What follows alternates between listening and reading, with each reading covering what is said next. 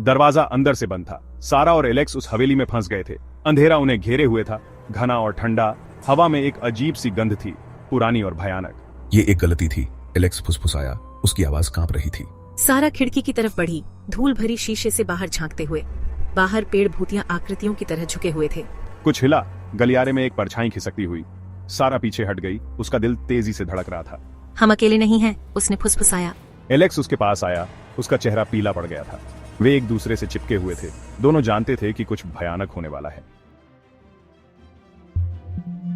रात एक भयानक सन्नाटे में ढल गई। हर छोटी सी आवाज पर सारा और एलेक्स अपनी जगह से उछल पड़ते। उन्होंने अटारी में शरण ली थी, जहां दीवारों पर लगे पुराने चित्र भयानक चेहरों से उन्हें घूर रहे थे। एक ठंडी हवा चली और मोमबत्ती की लौ बुझ गई। अंधेरा छा गया, घना और दम घोंटने वाला। फर्श पर पदचाप गूंज रहे थे, धीमे और जानबूझकर उनके दरवाजे के करीब आ रहे थे। फिर एक खरोंचने की आवाज, मानो नाखून लकड़ी पर खुरच रहे हों।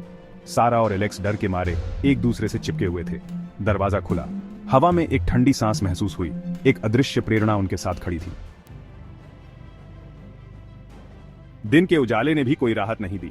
सूरज की हल्की किरणें खिड़कियों से छनकर धूल से सने फर्नीचर और फीके पड़ चुके चित्रों को रोशन कर रही थीं। हवा में फुसफुसाहट गूंज रही थी, हल्की आवाजें जो उनके कानों के पास तैरती हुई प्रतीत हो रही थीं। वे हवेली के भीतर घूमते रहे। हर दरवाजे के पीछे खतरा मंडरा रहा था। हर कमरे में एक कहानी थी, एक भूतिया झलक जो उनके साथ रही। एक ठंडी सांस उनके पीछे पीछे चलती रही, उन्हें कभी आराम न करने दिया। ऐसा लग रहा था जैसे हवेली खुद उन्हें देख रही थी, उनका शिकार कर रही थी। उन्हें बचना ही था। सीढ़ियां एक भयानक बाधा थीं। हर सीढ़ी एक गूंजती हुई आवाज थी जो हवेली के खालीपन में गूंजती थी। जैसे ही सारा और एलेक्स ऊपर चढ़े, हवा और भारी होती गई। ऊपर और नीचे झांकती हुई छायादार आकृतियों से भर गई। तुम नहीं जा सकते, तुम यहाँ हो हमारे साथ। S2, S1। तभी उन्होंने उसे देखा।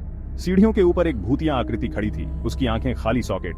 उनके चारों ओर एक ठंडी हवा घूम गई, उन्हें बर्फीले डर में जकड़ लिया। तुम नहीं जा सकते, उसने फुसफुसाया। उसकी आवाज एक खाली कब्र की तरह खोखली थी। सारा और एलेक्स पीछे हट गए। उनके दिल तेजी से धड़क रहे थे। वे जानते थे कि उन्हें लड़ना होगा या मरना होगा। एलेक्स ने सारा को आगे खींच लिया, उसका दिल उसकी छाती में तेजी से धड़क रहा था। वे अंधेरे हॉल से होकर गुजरे। भूतिया आकृति की ठंडी हंसी उनका पीछा कर रही थी।